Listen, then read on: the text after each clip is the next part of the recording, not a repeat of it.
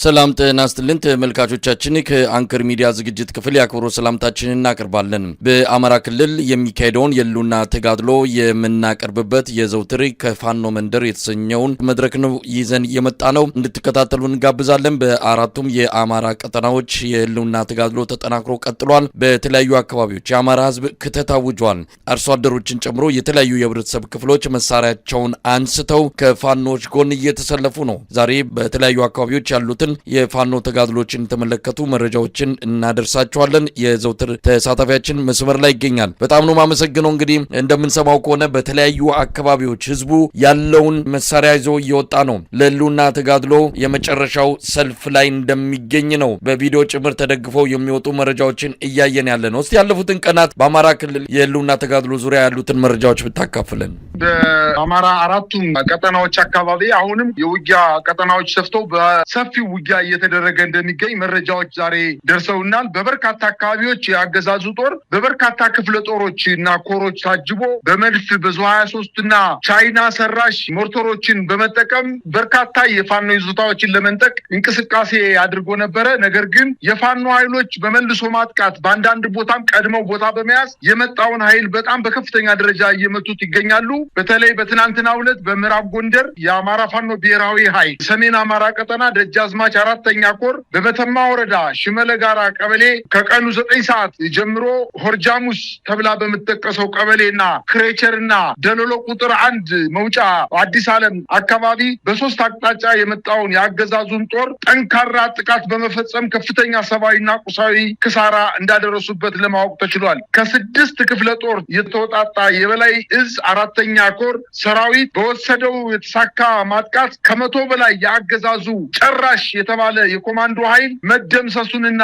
በዚህም በተደረገው ውጊያ ከ55 በላይ የአገዛዙ ጦር ቁስለኛ ማድረጋቸውንና በተጨማሪም ሲጓጓዝ የነበረ ወታደራዊ ተሽከርካሪ በተዘነዘረበት ማጥቃት ከፍተኛ ጉዳት እንደደረሰበት ለማወቅ ተችሏል። በዚሁ አካባቢ በማዕከላዊ ጎንደር በለሳ ወረዳ ባጃ በምትባል የፋኖ ይዞታ ላይ የበላይ ዘለቀ በፈጸመው ማጥቃት በባጃ ከተማ ላይ ሰፍሮ የነበረው የአገዛዙን ጦር ምሽግ ደርምሰው በመግባት የአገዛዙን ጦር በመደምሰስ ጉዳት ካደረሱበት በኋላ ከተማዋን መቆጣጠር መቻላቸውንና በተደረገው ውጊያም ከ35 በላይ የአገዛዙ ጦር መደምሰሱንና ቁጥሩ ያልታወቀ ቁስለኛ በኦራል መኪና ጭኖ ቅርብ ወደሆኑ የወታደራዊ ካምፖች መሸሽ መቻሉን ለማወቅ ተችሏል። ይህ በእንዲህ እንዳለ በትናንትናው ዕለትም እንዲሁ በአለፋ ወረዳ የሚገኘው የአገዛዙ ጦር ከሻውራና አጸደ ማርያም ማለትም ከአለፋ ወረዳ ዋና ከተማ ሻውራ እንዲሁም አጸደ ማርያም ተብላ ከምትጠቀሰው በሁለት ክፍለ ጦሮችን በመያዝ እንዲሁም ከሰሜን አቸፈር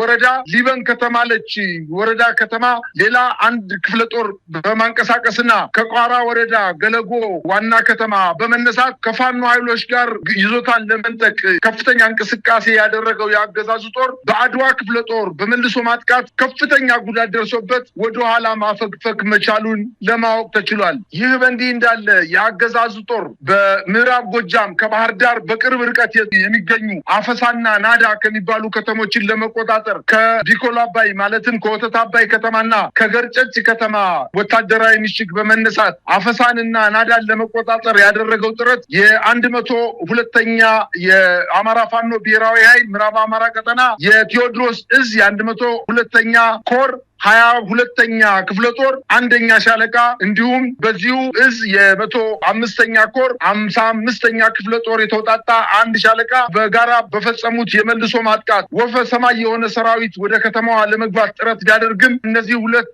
ሻለቃ ኃይሎች መጣውን ከፍተኛ ቁጥር ያለውን መከላከያ ሰራዊት መተው መመለሳቸውና በተደረገው ውጊያም መስመራዊ መኮንኖችን ጨምሮ በርካታ የአገዛዙን ጦር መደምሰስ መቻላቸውን ለማወቅ ተችሏል። በሌላ አቅጣጫ በሰሜን ወሎ አካባቢ በራያ ቆቦ የአገዛዙ ሪፐብሊካን ጋር የአውጃኖን ክፍለ ጦር ለመምታት ወደ ጮቤ በር የተንቀሳቀሰ ሲሆን እስከዛሬው ቀን ድረስ ከአላማጣ ተነስቶ ወደ ጥሙጋ የመጣውን ጦር በከፍተኛ መልሶ ማጥቃት ጉዳት እንዳደረሱበትና በተደረገው ውጊያም ከ50 በላይ የሪፐብሊካን ጋርድ አባላት እንደተመቱና ከዚህ ቁጥር ያልተናነሰ የአገዛዙ ጦር መቁሰል መቻሉና በርካታ ምርኮኞች መገኘታቸውን ለማወቅ ተችሏል። ይህ ጨራሽ የተባለው የሪፐብሊካን ጋርድ አባል ባይባዋ በተባለች አካባቢ ምስራቅ አማራ ኮር አንድን ለማጥቃት በዙ 23 እና በሞርተር ታጅቦ የመጣውን በመልሶ ማጥቃት ደምስሰዋል ሲል አስታውቋል። ከዚህም ከዛም ድጋፍ እንዳያገኝ ተደርጎ አሁን በዚህ ሰዓት በተደረገው ውጊያ ጥሙጋ ትምህርት ቤት ሸሽቶ በመግባት ራሱን እየተከላከለ እንደሚገኝ ለማወቅ ተችሏል። ይህ በእንዲህ እንዳለ በቆቦ ከተማ ዙሪያ የዞብላምባ ክፍለ ጦር ከአገዛዙ ጦር ጋር ባደረገው የሌሊት ውጊያ በተለይ ከራኢላና አጣዋ ጋራ በተባሉ ምሽጎች ላይ ጥቃት በመፈጸም የአገዛዙ ጦር ከምሽጉ እንዲወጣ በማድረግ ያንን አካባቢ መልሰው መቆጣጠራቸውን አስታውቀዋል። አሁን ዘግይቶ የደረሰን ዜና አፋባሃ ቴዎድሮስ እዝ የ105ኛ ኮር 66ኛ ክፍለ ጦር ዳንጉር የምትባለውን ከተማ ለመቆጣጠር የመጣውን የአገዛዙ ጦር በተለይ በ5ኛ ሻለቃ ተመታ መመለሷንና እንዲሁም በሌላ አቅጣጫ ከጃዊ ተነስቶ ወደ ደንቀስ ሲጓዝ የነበረ የአገዛዙ ጦር የደፈጣ ጥቃት ተፈጽሞበት ወደ ኋላ መሸሽ መቻሉን ለማወቅ ተችሏል። በተደረገው ውጊያም 22 ክላሽ የተማረከ ሲሆን 2 ብሬን ሸንሸሎች ተማርከዋል። ከ800 በላይ የብሬን ጥይት ከ1000 በላይ ክላሽ ጥይት ሲገኝ 14 የእጅ ቦምቦችንና 1 የስናይፐር መነጽርን ጨምሮ 6 የስናይፐር ካዝናዎችን መማረክ ሲችሉ በርካታ ጦር ተደምስሶ ማንሳት ሳይችል ቀርቷል ተብሏል። በዚሁ አካባቢ ደንቀዝ የምትባለውን ከተማ እጅግ በጣም ወታደራዊ ቁልፍ ጠቀሜታ ያላትን ከተማ ለመቆጣጠር ስልታዊ የሆነ በሁለት አቅጣጫ ለማጥቃት ተንቀሳቅሶ የአማራ ፋኖ ብሔራዊ ኃይል ቴዎድሮስ እዝ የ105ኛ ኮር 66ኛ ክፍለ ጦር በ5ኛ ሻለቃ ብቻ መልሶ ማጥቃት የደረሰበት የአገዛዝ ጦር ከዛው አካባቢ ከደንቀዝ አካባቢ መሸሸት መቻሉንና ሊያጠቃ ተመቶ የተመለሰ መሆኑን ደረሰን ዜና ያመላክታል። በጣም ነው ማመሰግነው። እንግዲህ ከብዙ በጥቂቱ መረጃዎችን እንዳካፈልከን ነው የምገምተው። በተለያየ አካባቢ አሁንም ውጊያዎች ያሉበት ሁኔታ እንዳለ ነው መረጃዎች የሚያመለክቱት። ሰብሰብ አድርገን ደግሞ በሚቀጥለው የመረጃ ክፍለ ጊዜያችን እንመለስበታለን። በነገራችን ላይ የአማራ ፋኖ ብሔራዊ ኃይል አፋባና የአማራ ፋኖ ህዝባዊ ድርጅት አፋድ ፖለቲካዊ አንድነታቸውን ከጫፍ መድረሱንና ነገ ከነገ ወዲያ በቅርቡ ይህንን በይፋ የሚገልጹበት ጊዜ የተቃረበ መምጣቱን ነው የሰማነው። አንድነታቸውን ከማብሰራቸው በፊት ግን ወታደራዊ ጥምረት ፈጥሮ በተለያዩ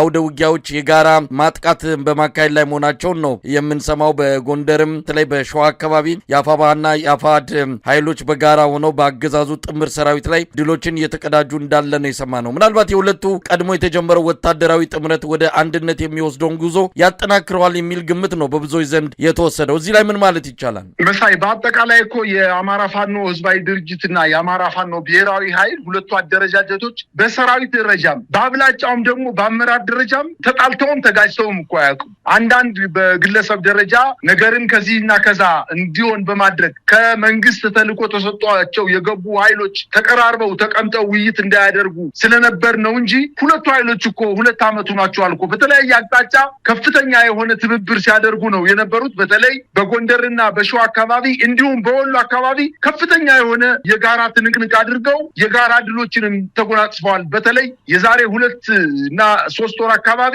በማዕከላዊ ጎንደር ከጎንደር ከተማ በቅርብ ርቀት ከሚገኙት እንደ ቡሩባክስ ከአዲስ ዘመን ጀምሮ እስከ ጎንደር ባሉ ቀጠናዎች ላይ በአርኖ እና በጋርኖ አካባቢ የሚገኙ ቀበሌዎች ላይ ሁለቱም አደረጃጀቶች ከበለሳና ከደንቢያ በመነሳት በተለያየ አቅጣጫ አንደኛው እንዳይጠቃ ለማድረግ አንደኛው መንገድ በመዝጋት ሌላ ኃይል እንዳይመጣ በማድረግ ከፍተኛ የሆነ ትብብር ሲያደርጉ ነበረ።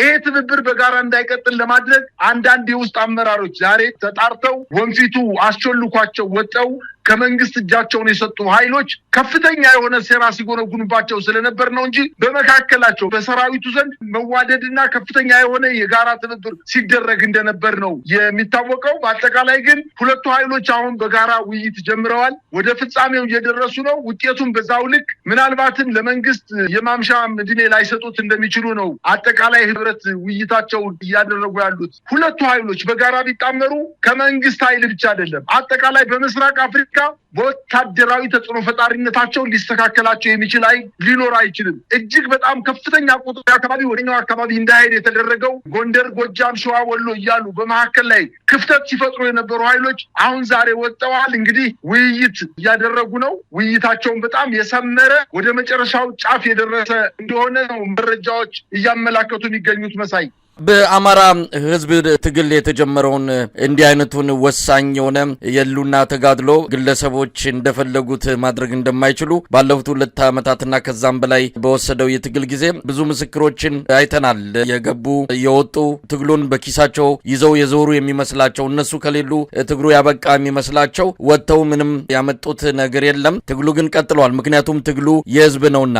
አርበኛ አስረስ ማረ ዳምጤ ይህን በተመለከተ አንድ አጠር ያለ ጽሁፍ በማህበራዊ ሚዲያው ላይ አካፍሎናል። በትክክልም አስረስ የጠቀሰው ነገር አለ። ትግሉ ብዙ ምዕራፎችን ተሻግሯል። ጥቂቶች ሆነው የጀመሩት አሁን ሚሊዮኖች በባለቤትነት የያዙት ትግል ሆኗል። አካባቢያዊና በሀገራዊ ብቻ ሳይሆን በዓለም አቀፍ ደረጃ እውቅና ያለው ስሙ እየተነሳ በተለያዩ አካላት የሚጠቀስ ትግል እንደሆነ ነው እየተገለጸ ያለው። ከዚህ አንጻር የአስረስንም እንደዚሁ ጽሁፍ መጥቀስ ይቻላል። በአጠቃላይ ትግሉ ተጠናክሮ እየተካሄደ ነው ያለው። ምናልባት የአፍሪካ ህብረትና ኢጋድ በአብይ አህመድ ቲያትር ውስጥ ተሳታፊ ሆነው ታሪካቸውንም የተቋቋሙበት መሰረትና መነሻ ሁሉ በመናድ በእንደዚህ አይነት አስቀያሚ ቲያትር ላይ መሳተፋቸው ነገ ከነገ ወዲያ እውነቱ ሲገባቸው የአማራንም ህዝብ የኢትዮጵያንም ህዝብ ይቅርታ ይጠይቃሉ ተብሎ ነው የሚጠበቀው። አፋዴን በተመለከተ አንድ የአቋም መግለጫ አውጥቶ ለሁለቱም አካላት ለአፍሪካ ህብረትም ለኢጋድም ልኳል።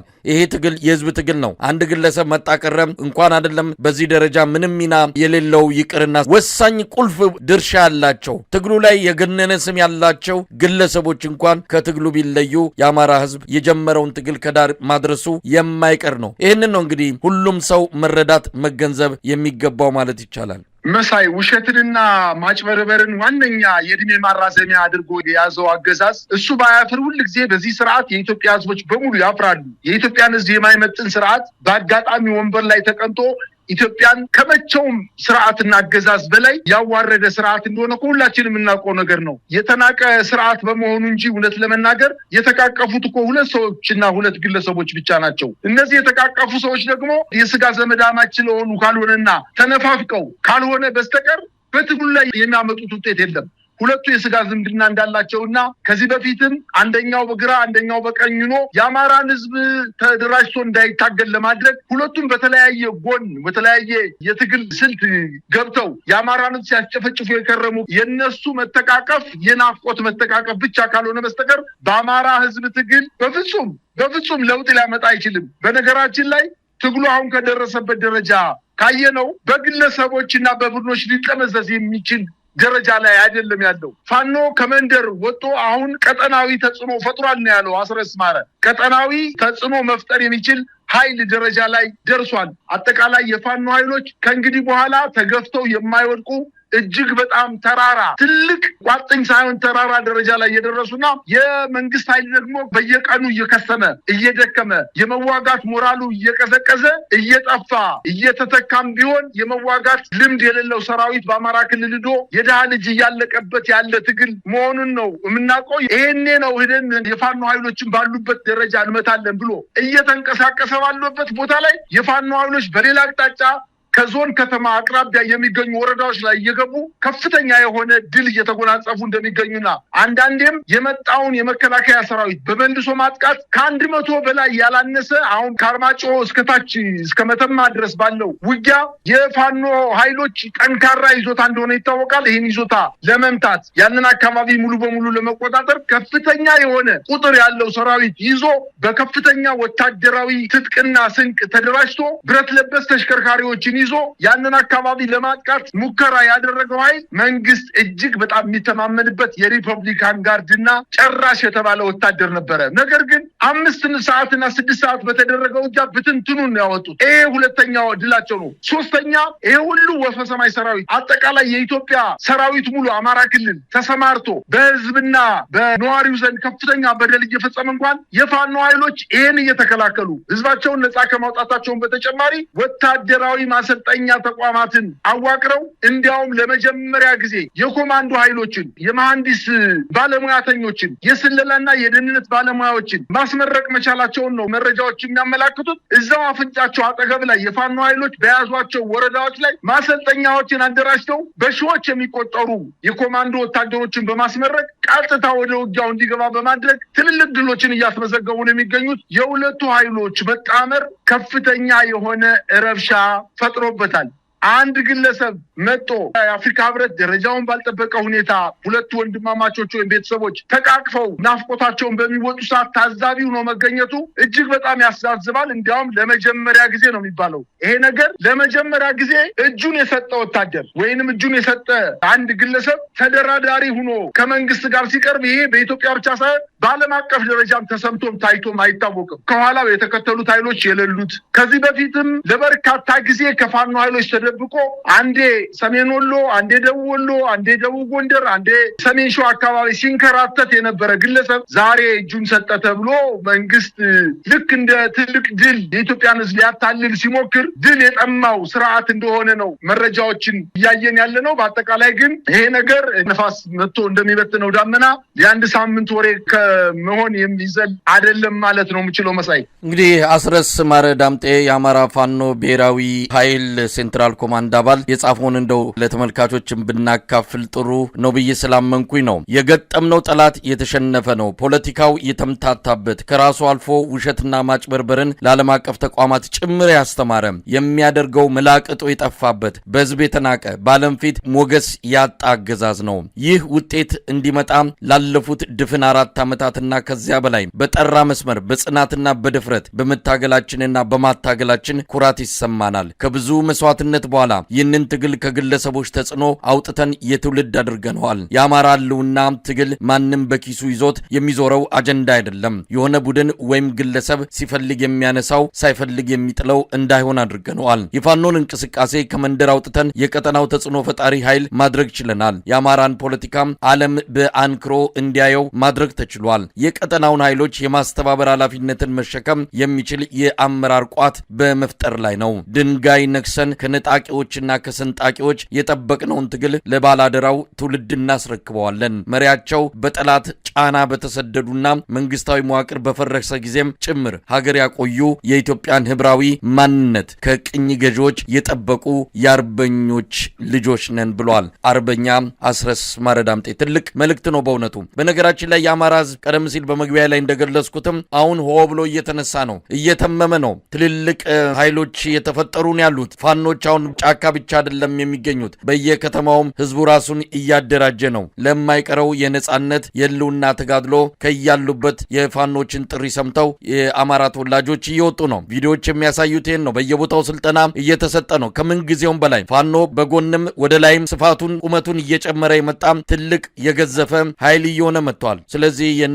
አፍሪካ ህብረትም የነ ኢጋድም እንዲህ አይነቱን አይናቸውን ጨፍነው በአብይ ዜማ የመደነሳቸው የሰሞኑ ቲያትር ነገ ከነጎዲያ በግለሰብ ደረጃ እንደ ተቋምም የሚጠየቁበት ጊዜ የሚመጣ ይሆናል። ለማንኛውም የአማራ ህዝብ እየሰጠ ያለው ምላሽ እንዴት ማየት ይቻላል? የህዝብን አደራ ተሸክሞ የነጻነት ታጋይ የሚባል ደረጃ ላይ የደረሰ አመራሮች ፋኖ አሉት። በርካታ የአማራ እናቶች ወንድ ልጆችን ወልደዋል፣ ሴት ልጆችን ወልደዋል። ለህዝባቸው ታማኙ ነው ድንጋይ ተንተርሰው አደራጅተው ሰራዊት አቅም ገንብተው የአማራ ክልልን ህዝብ ነጻ የሚያወጡበት ጊዜ እየደረሰ እንደሆነ አሁን ከሚሰጠው መግለጫ ስናይ እውነት ተስፋ በጣም ትልቅ የአማራ ህዝብ ትልቅ ተስፋ ያለው ህዝብ እንደሆነ ነው ለማየት የቻልነው።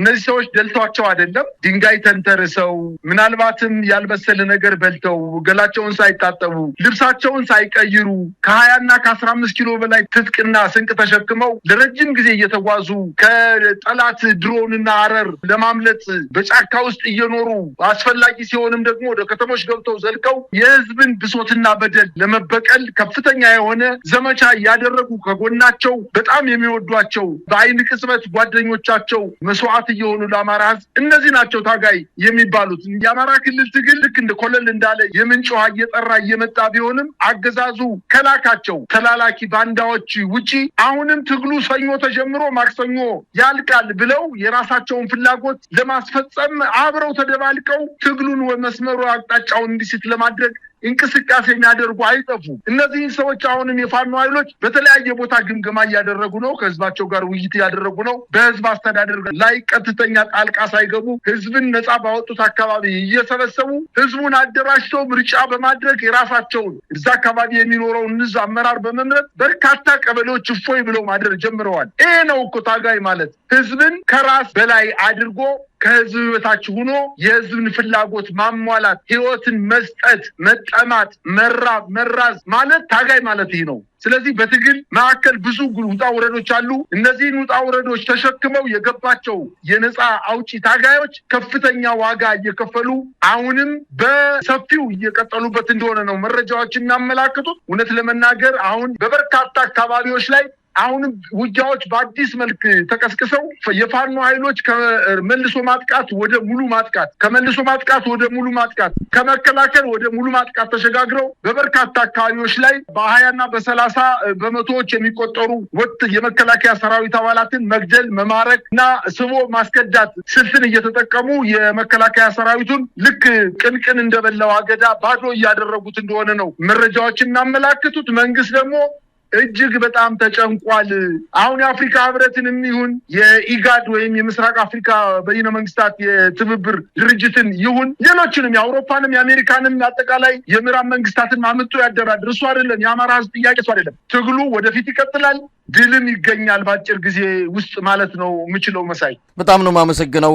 ያንተን ቃል ለመድገም ያህል ነው። ድሉ በአጭር ጊዜ ይገኛል። የህዝብ ትግል ነው። አብይ አህመድ የመጨረሻው መጀመሪያ ላይ ይገኛል። የሚያደርጋቸው ነገሮች ሁሉ የተስፋ መቁረጥ እንደሆነ እየታዘብን ነው። አቶ ታዬ ደንደዓ ላይ የ7 ዓመት ከ2 ወር እስራት የበየነው በሌላ በምንም አይደለም። ይካሄዳል የተባለው የኢሃፓ ስብሰባ በእጅ አዙር እንዲጨናገፍ ወይም ደግሞ እንዳይካሄድ ያደረገው አገዛዙ ነው። በአንድ ጎን ደብዳቤ አድርጉ የሚል ይሰጣል፣ በሌላ ጎን የሆቴሎቹን ባለቤቶች ጫና እየፈጠረ አዳራሽ እንዲከለክሉ አድርጓል። አብይ አህመድ በሐሳብም ሆነ በዲሞክራሲያዊ መንገድ የሚታገሉ ኢትዮጵያውያንን በሙሉ እስር ቤት እያስገባ በሩን እየከረቸመ ለጫካ ትግል ለመሳሪያ ትግል ህዝቡን እየገፋ የሚገኝበት ሁኔታ ነው የተፈጠረው። የመጨረሻ ደረጃ ላይ ነው የሚገኘው። እንግዲህ አብረን የምናየው ነው። ፋኖ የትግሉን መሪነት ይዟል። ሌሎች ኃይሎችም አብረው ይህንን አገዛዝ ከስልጣን አስወግደው በኢትዮጵያ ሁሉም አሻራው ያረፈበት ዲሞክራሲያዊ መንግስት እንደሚመሰረት ምንም ጥርጥር የለውም። ሊነጋ ሲል ይጨልማል። አሁን ድቅድቅ ውስጥ እንኳን ብንሆንም መንጋቱ አይቀርም የሚለው የሁላችንም ተስፋ በቅርቡ የምናየው ይሆናል። በጣም ነው ማመሰግነው። እግዚአብሔር ይስጥልኝ። እኔም አመሰግናለሁ።